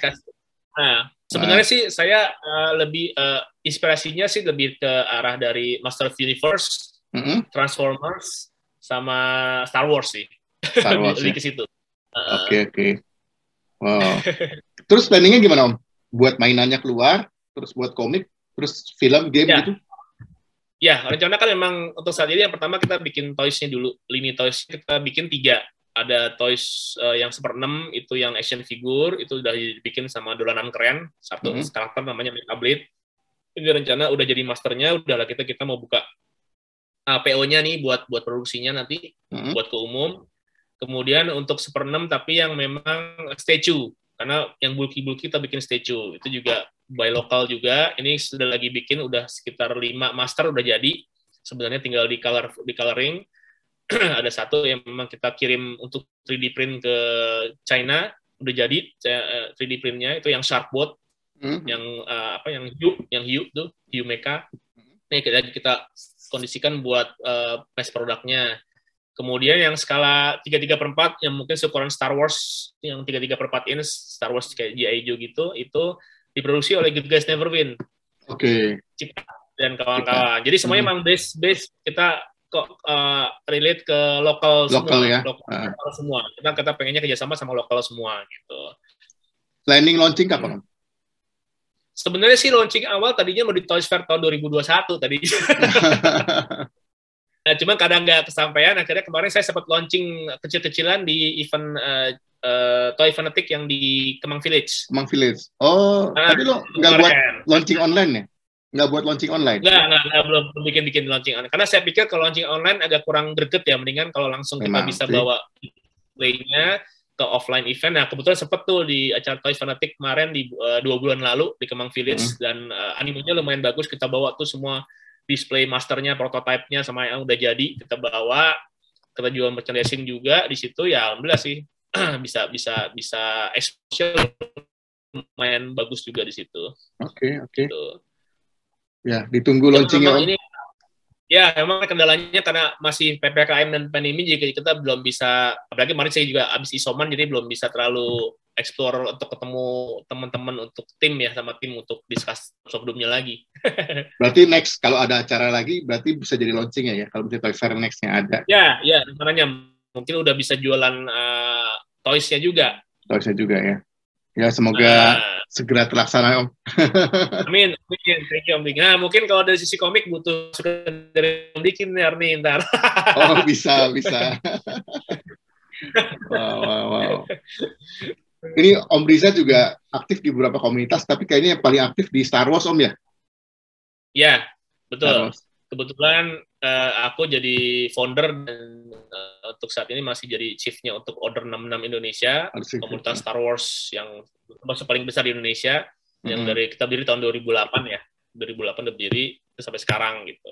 Oh, lama juga sama Mas. Jadi founder juga 13 tahun. Iya. Tahun, betul. Dan juga jadi foundernya di komunitas Godzilla Freaks Indonesia. Godzilla. Penggemar Godzilla. Oh, siap. Nah, selama lu memanage komunitas ini ada masalah nggak? Pernah ada cerita-cerita lucu nggak? Sebenarnya sih, alhamdulillah sih para member komunitasnya termasuk teman-teman yang memang punya rasa kekeluargaan yang tinggi ya. Jadi yang saya juga lihat itu di Esfoy juga, itu yang benar-benar saya juga lihat, wah itu oke banget. Secara community itu kayak adem ayem, nggak pernah ada masalah ya. Gitu. Mungkin 1-2 member adalah yang bermasalah, kita sempat keluarin ada, cuman sih dari 13 tahun ini cuman kita pernah ngeluarin cuman 4 kali member doang kok. Iya.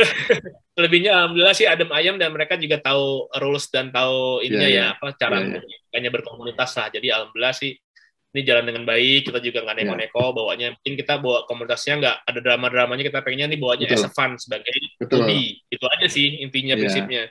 Memang komunitas mestinya sebagai fun ya, hobi ini bukan buat berantem ya, orang sehari-hari kita udah pusing gitu ya. Drama lah. Bukan buat politik juga kan, makanya kalau ada yang politik juga. Kita udah pusing setiap hari gitu. Benar. Kita pusing, kita bikin komunitas buat bikin pusing lagi, jangan dong. Ngapain? Oke. Benar. Oke Om, ini ada pertanyaan dari Kepors Om lewat IG nih Om. Saya ada baca, ada 5 pertanyaan Om ya. Ini dari Aji Mat Romeo. Ini Om Aji Om. Tanya nih, pertama. Om Aji Widodo. Iya.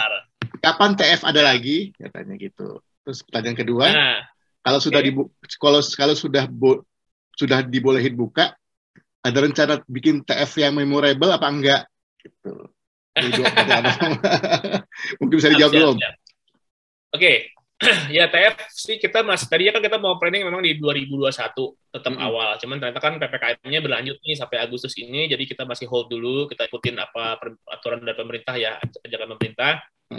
Kita sih masih planning di 2022 ya, karena kita sebenarnya sudah nge-lock di J-Expo itu untuk Toys Fair Next-nya ini, cuman kita masih nunggu kondisi dari pemerintah dulu dan izinnya bisa keluar gitu. Sambil nunggu kondisi sudah aman benar-benar atau memang belum, ya kita lihat itu dulu. Kita sih pasti planningnya mungkin di awal tahun 2022 kalau masih sudah bisa dilakukan. Oke. Nah kalau moga-moga sih kalau nggak di awal tahun mungkin pertengahan tahun ya, atau di akhir tahun sampai situasinya sudah oke. Gitu. Nah kalau untuk memorable sih sebenarnya sudah dari dulu kita pengen bikin, cuman kita masih nunggu konten ya, karena kan kita pengen ngumpulin mungkin merchandising atau mungkin itu sebagai parts dari TF-nya sendiri gitu, mungkin ada memorable untuk TF yang memang dari sisi merchandising, dari sisi apapun itu mungkin kayak perayaannya lah, cuma kita masih lagi mikirin karena ya ini balik lagi karena ada pandemi, jadi tadinya kita kan mau downgrade dulu lagi malah betul. Dan terlalu banyak kerumunannya gitu. Nah ini sih masih on progress, on planning semua Om Aji. Oke, siap. Terima kasih Om jawabannya. Nah, ini yang kedua. Sama-sama. Ini bukan pertanyaan sih, tapi menyemangati. Dari Trio di Posayoga, di lurahnya Sepoy. Om Rio, lurah Espoy. Semoga Toy Fair bisa lanjut lagi katanya. Amin, terima kasih banyak doanya. Mohon support dan doanya terus nih. Ya. Yang penting biar Indonesia udah bebas dari COVID dulu lah. Amin. Ya, siap. Nah, yang ketiga dari Iksan Gun. Ini permintaan. Ini permintaan nih. Perbanyak undang cosplay dong, yang dari luar negeri. Ya mungkin tadi udah sempat kita bahas ya, Om ya. Iya. Ya, jadi memang kita pengennya banyak undang cosplay, tapi balik lagi tergantung dari gimana merekanya as individualnya dan gimana terutama juga fee-nya mereka gitu. Karena kan kita sih pengennya undang-undang aja, cuman kita juga lihat sikonnya juga gitu. Yang pasti sih selalu kita usahakan ada berapapun itu. Siap. Oke. Ini lanjut dari @szg.kreatif. Bagaimana IP kreator bisa mengembangkan IP menjadi merchandise? Segmentasinya gimana? Pitch-nya gimana? Siapa yang harus di-approach dan sebagainya? Wah, soal IP nih ya, Om. Teknis banget nih kayaknya. Oke, tapi seru-seru. Karena gini, memang kalau kita lihat banyak kreator-kreator lokal, kan? Lucu-lucu nih. Karena banyak kreator lokal yang mereka bisa berkarya, tapi mereka belum bisa ngamanin IP-nya. Gimana how to, ya kan? Itu banyak banget. Dan itu memang bagus sih, karena mereka sudah sadar untuk hal itu. Yang penting sadar dulu dan mereka bisa cari tahu kan. Jadi sebenarnya kita pun nggak perlu ngelakuin sendiri. Banyak kok vendor-vendor atau rekanan-rekanan yang bisa ngurusin IP-nya. Terutama kalau untuk IP yang berhubungan dengan karakter, trademark, copyright, itu sebenarnya ada undang-undangnya dan bisa kita daftarkan cepat dan nggak terlalu mahal. Untuk copyright dan trademark itu ada kelasnya. Kelas-kelasnya itu jadi per daftar itu per kelas ya. Ada kelasnya untuk apa dulu. Jadi gini, misalnya kita punya IP Toys Fair nih. Toys Fair kita udah daftarin untuk event kan.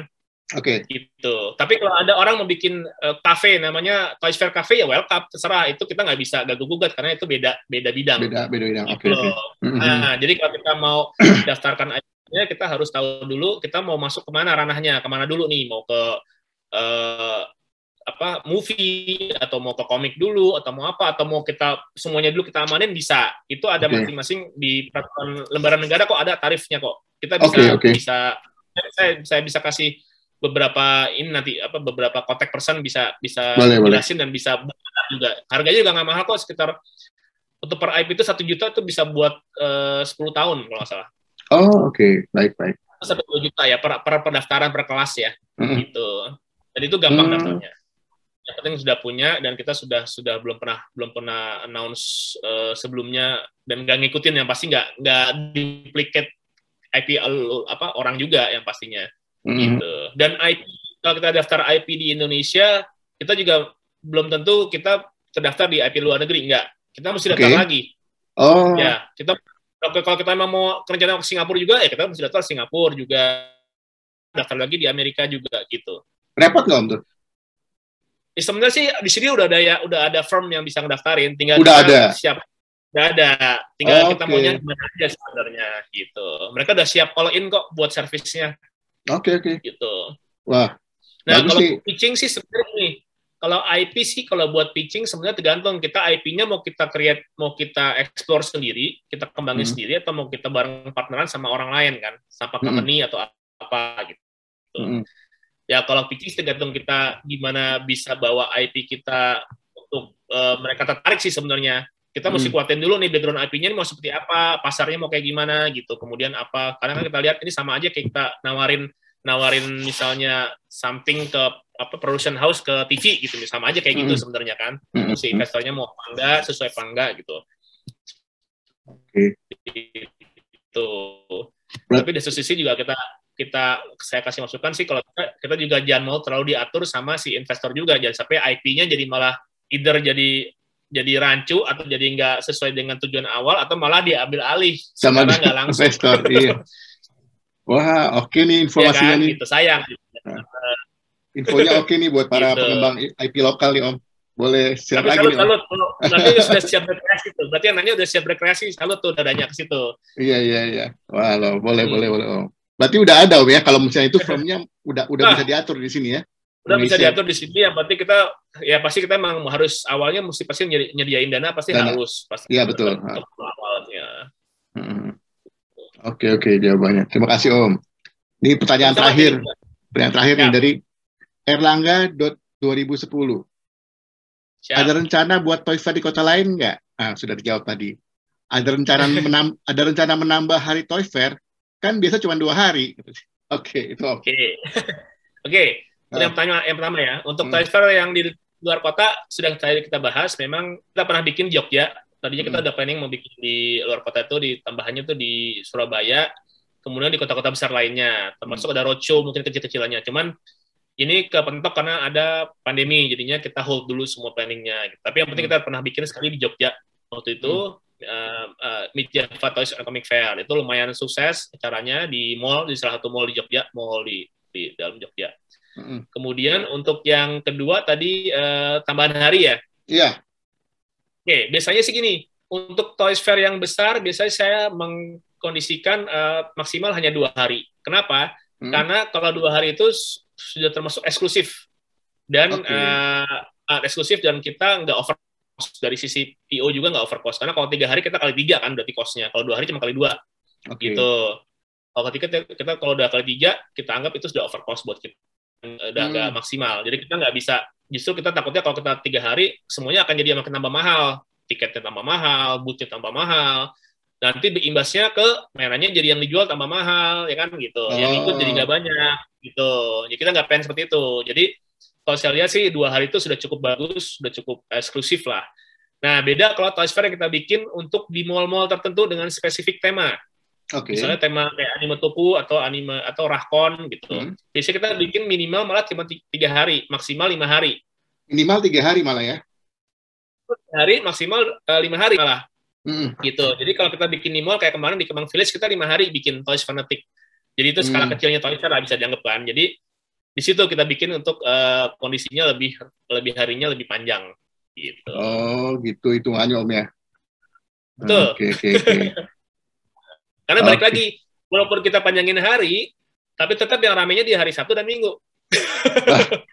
Iya betul ya. Gitu. Benar. Jadi Kamis Jumat itu hanya sebagai ya masih agak lowong-lowong gitu, nggak banyak yang datang gitu, orang masih lihat-lihat doang gitu. Tapi Sabtu Minggu tuh udah paling ramai. Udah peaknya ya. Kalau Jumat paling orang lihat-lihat doang pas malam ya. Malam, siangnya nggak ada yang datang. Benar, biasanya bisa sore baru pada datang tuh kalau Jumat. Iya. Wah, oke. Baru tahu saya hitung-hitungannya begitu, Om. banyak jaruan dalamnya tuh, banyak ini dalam internalnya. Betul. Jadi itu pertimbangannya ya. Jadi sudah dijawab ya. Erlangga 2010. Oke. Nah, sekarang pertanyaan terakhir Om. Tadi kan Om udah cerita banyak nih. Terus gimana rencana ke depan Om? Mau dibawa kemana Toy Fair ini? Ujungnya mau kemana gitu? Om ceritanya mau jadi seperti apa? Terus tadi juga cerita soal IP-nya mau dibawa kemana nih Om? Sama mungkin ada komunitas-komunitas atau bagian-bagian film pop culture nih, cita-cita Om tuh gimana sih sebetulnya? Mau dibawa kemana? Oke, pertama dulu ya. Untuk Toy Fair mungkin kita sih saat ini sih bisa dibilang sudah hampir maksimal sih. Jadi semua konten, semua gimmick sudah kita pernah bawa gitu. Mungkin kalau yang belum kita bawa, mungkin bukan kita nggak bawa, tapi kita nggak sanggup bawanya, nggak sanggup masuknya. Tapi kalau dari saya sih sudah cukup maksimal dengan kondisi bahwa sudah banyak seller, distributor, peserta, kolektor, komunitas yang makin grow up, makin growing gitu, dan setiap tahun makin bertambah. Itu juga menurut saya, dan istrinya juga udah naik, jadi menurut saya itu udah termasuk cukup lumayan tercapai lah cerita. Mungkin nextnya sih tetap kita pengennya tetap minimal sama dengan Toys Fair sebelumnya, tapi mungkin kita ada coba evaluasi kemana-mana dari sisi macam-macam sisi. Kita mau nambah apa, mungkin mau kerjasama, kita bisa gedein, mungkin bisa jadi kita mau kerjasama dengan SDCC mungkin, bisa aja kan gitu. Nextnya siapa tahu ke depan ada kerjasama ke situ panggilan ya, dengan kondisi biar kontennya bisa lebih bagus dari sisi eksibisinya kan, dari sisi distributor displaynya gitu. Itu kita cari sih. Yang penting gimana caranya mewadahi para aktor di sini, komunitas di sini, para seller di sini, para pengunjung dan pop culture tim intinya biar bisa modahi mereka semua, biar bisa dapat barangnya yang gampang, yang murah, ada komunitasnya, bisa bergathering, bisa trade buy sell dan lain-lain. Itu tujuan prinsipnya. Oke. Gimana biar industri toys dan komik segala macamnya di sini secara pop culture bisa naik dan bersaing dengan, malah bisa keluar negeri juga, bersaing dengan industri luar. Dan itu sudah lumayan juga tercapai sih kalau bisa dibilang. Gitu. Kemudian tadi soal IP ya. Kalau IP sih pengennya memang ini untuk Troops of Doom sendiri kan memang ini saya bikinnya memang lebih banyak ke arah English version kan. Gitu. Karena saya pengen memang ini worldwide. Saya nggak mau terjebak dalam stigma bahwa kita harus bawa budaya bangsa. Karena itu udah banyak banget yang udah bawa budaya bangsa, udah banyak gitu. Kita ada tersirat juga beberapa di karakternya, di beberapa nantinya ada dengan kita bawa keberagaman budaya bangsa pasti ada. Kita juga nggak akan lupakan itu, tapi kita juga pengen biar orang luar itu ngelirik dulu bahwa ini sesuai dengan ada persamaan dengan kesukaan mereka, hobi mereka, interest mereka. Baru setelah itu kita pelan-pelan kita masukin budaya kita, kita balik. Jadi mereka biar udah secara nggak langsung tiba-tiba, oh ini ternyata Indonesia tuh kayak gini ya, itu di situ. Tapi kita bawa dulu kesukaan mereka dulu gitu. Karena kalau yang budaya lokal kan kita dari Bumi Langit, dari Setan Jalanan, dari Vault pun tuh sudah, dan lain-lain lah, itu sudah banyak, sudah oke lah kalau silat.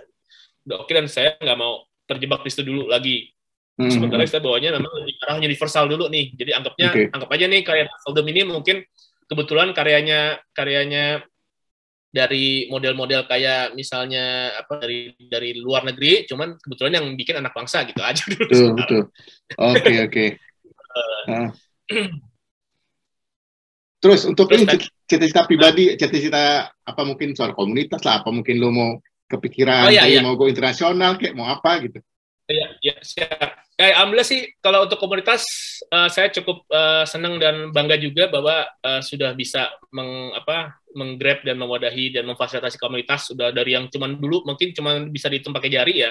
Sekarang mungkin udah hampir 100-an lebih komunitas toys yang memang selalu pengen ikut, terutama di Toy Fair gitu. Dan kita harus ngerolling mereka, ya kan, biar bisa rolling, biar bisa yang baru juga bisa masuk kan gitu. Alhamdulillah sih sudah banyak, dan itu menurut saya sudah suatu pencapaian juga bahwa kita bisa banyak komunitas untuk toys, komik, dan pop culture itu di Indonesia dari segala macam genre maupun lini toysnya, lini genrenya, dan macam-macam itu ada di sini gitu, dan itu bisa terwakili semua. Mau apa? Jepangan banyak, mau Naruto, mau apa, ada semua. Wrestling ada, mau West, Marvel, DC, Superman, Batman, ada semua di sini komunitasnya. Jadi kita nggak kalah sama luar negeri gitu. Komunitas yang lokal pun juga ada, komunitas yang penggemar emang dari karakter lokal juga banyak di sini, juga udah mulai bermunculan kan, itu baru-baru. Itu secara komunitas ya. Dan kalau saya yang pribadi kan pengennya memang gimana pop culture Indonesia ini balik lagi bisa tumbuh dan bisa pelan-pelan juga, mungkin yang dari dulu legendary-nya bisa naik lagi, kita bawa yang kreasi-kreasi zaman dulu bisa dinaikin lagi, kayak sekarang lagi dilakukan oleh Bumi Langit kan, semua karakter komik lokalnya naik semua lagi, dikumpulin. Nah itu yang baru pun juga ada nih, terus gimana caranya biar mereka bisa bikin sinergi, mungkin bisa bikin crossover-nya nanti, dan bisa keluar gitu. Makanya ini lagi fokusnya memang lebih ke arah, karena Toy Fair juga lagi nunggu, fokusnya memang lebih ke arah buat gedein IP dan juga supporting ke IP orang juga yang lagi dibikin, kayak Arno kan lagi bikin IP untuk Jagat Astralnya, ya kan. Kemudian juga ada dari Jawa Tengah itu Mas Lolo Biru tuh lagi bikin beberapa karya juga, IP-nya tuh udah, komiknya udah masuk keluar gitu kan. Jadi itu yang juga saya senang gitu loh, maksudnya. Wah, ini kita sekarang malah berkompet secara sehatnya untuk ngeluarin IP nih. Iya, betul. Menarik pun juga ada kan, itu turunannya banyak nih, ke komik ada, ke toys ada, karakter doang ada gitu. Jadi asik nih kompetnya, udah untuk kompet untuk secara sehat mengenai IP, saling support gitu. Kita nggak berantem loh ini, alhamdulillah kita nggak saing-saingan IP loh. Alhamdulillah orang Indonesia bagus nih untuk kompet IP-nya secara sehat soalnya. Iya. Wow. Oke, Kepers, ada satu lagi nih. Kalau Kepers bisa tulis komentar di kolom komen yang bagus, kita kasih 2 hadiah, 2 komentar terbaik akan kita kasih merchandise dari Om Riza. Ada kaos dan ada figur. Jangan lupa tulis komen di kolom komentar, dan komentar terbaik yang kita pilih akan mendapat masing-masing 1 merchandise. Oke? Wah, oke, Powers, kita sudah ngobrol dengan Mas Om Riza Saka 1 jam lebih nih. Ini udah legend sebenarnya Om Riza Saka nih, legend Toy Fair di Indonesia nih. Jadi mungkin kalau 5 tahun lagi kita lihat yang Toy Fair, kita pasti ingat nempel nama Riza Saka. Karena amin. Om Riza yang mulai di sini gitu, dan konsisten berarti, gitu. Berarti udah berumur dong ya, udah legend. Kuat-kuat udah berumur. Iya. For your information, Om Riza Saka ini senior saya di SMA, berarti lebih tua dari saya ya. Udah satu alma mater ya. Ya, jadi ini udah banyak dapat cerita soal awal Toy Fair. Jadi kita tahu kenapa model Toy Fair seperti itu ternyata memang adopsi dari Melbourne gitu ya. Flea market. Kita tahu ceritanya semua, dibuka semua Om Riza. Juga tadi ngomongin soal pengembangannya, soal IP, soal dunia pop culture Indonesia gitu. Semoga ini akan menjadi lebih baik. Semoga pandemi cepat berlalu dan kita masing-masing bisa mewujudkan cita-cita kita, bisa saling having fun gitu ya di Toy Fair lagi, ngumpul-ngumpul lagi gitu. Dan juga harus. Om Riza ditunggu sama K-popers di luar kota Jakarta untuk membuat Toy Fair di kota-kota mereka. Mereka rindu untuk buat Toy Fair di kota masing-masing. Jadi pengen juga seperti di Jakarta ada keramaian Toy Fair gitu. Juga. Ya, jadi kalau ada yang K-popers tertarik membuat K-popers di daerahnya, silakan hubungin Om Riza untuk kerjasama. Bisa dikontak. Boleh. Bisa ya. Welcome. Kita open. Welcome. Jadi menambah keseruan dunia pop culture Indonesia gitu. Betul. Sekali lagi terima kasih Om Riza atas waktunya, benar-benar asik di ngobrolnya sore ini. Sama-sama Om Diki, terima kasih banyak juga buat Om Diki sama channelnya, dan juga sukses terus buat K-popers juga. Semoga semua sehat-sehat semua. Amin. Semua selalu lapang rezekinya, berkah selalu. Amin. Dan semoga pandemi cepat berlalu dan kita bisa kumpul-kumpul lagi, silaturahmi lagi. Amin. Ya. Bagi K-popers yang baru pertama kali lihat video ini, jadi video ini adalah channel YouTube yang membicarakan soal komik, mau komik Indonesia, komik Amerika, dan lain-lain, dan pop culture. Sudah ada sekitar 80-an video, silakan dicek. Nanti kalau bisa iseng-iseng, mau tahu banyak soal komik, silakan nonton video ini. Dan K-popers, terima kasih. Jangan lupa tulis komen di kolom komentar, terus di like, share, dan subscribe. Kita jumpa lagi di episode berikutnya. Terima kasih Om Riza. Sukses selalu. Hidup komik Indonesia. Hidup channelnya. Thank you.